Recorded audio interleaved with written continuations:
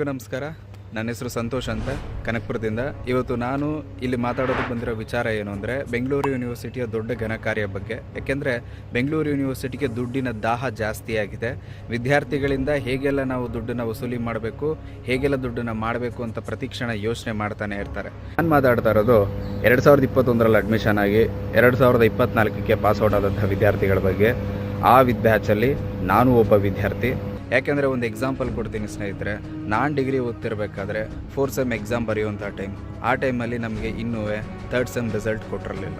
So ಅವಾಗ ಒಂದು message ಕೊಡ್ತಾರೆ ನಮಗೆ, ಏನಂತ, 2nd ಸೆಮ್ಮಲ್ಲಿ ನೀವು ಆಲ್ರೆಡಿ ಬಬಲ್ ಶೇಡಿಂಗು ರಿಜಿಸ್ಟರ್ ನಂಬರಲ್ಲಿ ತಪ್ಪು ಮಾಡಿದ್ದೀರಾ, ಸೊ 2,000 ಫೈನ್ ಕಟ್ಟಬೇಕು ಅಂತ. ಆದರೆ ಪ್ರಾಬ್ಲಮ್ ಏನಂದರೆ 2nd ಸೆಮ್ ರಿಸಲ್ಟ್ ನಮ್ಗೆ ಆಲ್ರೆಡಿ ಕೊಟ್ಟಿದ್ದ ಮೇಲೆ ಯಾಕೆ ಮತ್ತೆ ಫೈನ್ ಕಟ್ಟಿ ಅಂತ ಹೇಳ್ತಿದ್ದಾರೆ?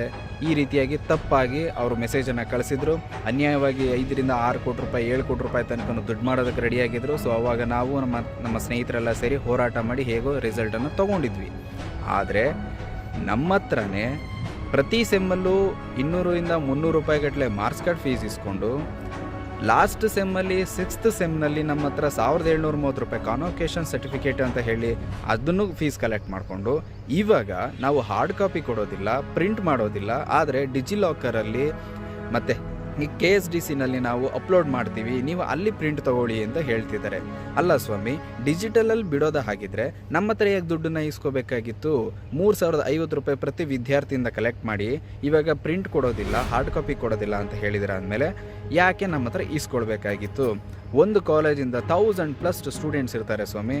ಇಡೀ ಬೆಂಗಳೂರು ಯೂನಿವರ್ಸಿಟಿ ಬ್ಯಾಂಗ್ಳೂರಿಗೆ 288 ಕಾಲೇಜ್ ಅಫಿಲಿಯೇಟ್ ಆಗಿದೆ. 1000+ ಸ್ಟೂಡೆಂಟ್ಸ್ ಒಂದೊಂದು ಕಾಲೇಜಿಂದ ಅಂದರು 288 ಕಾಲೇಜ್ಗೆ ಎಷ್ಟು ಲಕ್ಷ ಜನ ಸ್ಟೂಡೆಂಟ್ಸ್ ಆಯಿತು. ಅದರಿಂದ ಎಷ್ಟು ಕೋಟಿ ರೂಪಾಯಿನ ನೀವು ಹಗಲು ದೊರಡೆ ಉಳಿಸ್ಕೊಳ್ಳೋದಕ್ಕೆ ಯೋಚನೆ ಮಾಡ್ತಾ ಇದ್ದೀರಾ?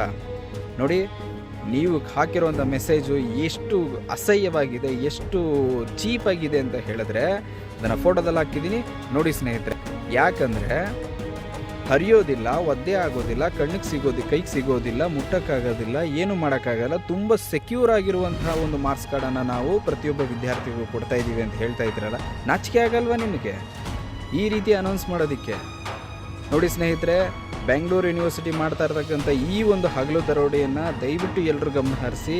ದಯವಿಟ್ಟು ನಾವು ಕಟ್ಟಿರುವಂಥ ಪ್ರತಿಯೊಂದು ರೂಪಾಯಿಗೂ ಕೂಡ ನಮಗೆ ನ್ಯಾಯ ಸಿಗಬೇಕು.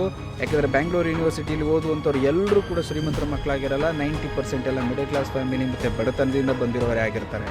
ದಯವಿಟ್ಟು ಬೆಂಗಳೂರು ಯೂನಿವರ್ಸಿಟಿ ಮಾಡ್ತಾ ಇರ್ತಕ್ಕಂಥ ಈ ತಪ್ಪನ್ನು ಎಚ್ಚೆತ್ಕೊಂಡು ಕೊಟ್ಟಿರೋ ದುಡ್ಡಿಗೆ ಒಂದು ಮಾರ್ಕ್ಸ್ ಕಾರ್ಡು ಮತ್ತು ಕಾನ್ವೊಕೇಶನ್ ಸರ್ಟಿಫಿಕೇಟನ್ನು ಪ್ರಿಂಟ್ ಮಾಡಿಕೊಡ್ಬೇಕು. ಇಲ್ಲ ಅಂದರೆ ಕಟ್ಟಿರುವಂಥ ಪ್ರತಿಯಷ್ಟು ದುಡ್ಡನ್ನು ವಿದ್ಯಾರ್ಥಿಗಳಿಗೆ ರೀಫಂಡ್ ಮಾಡಬೇಕು.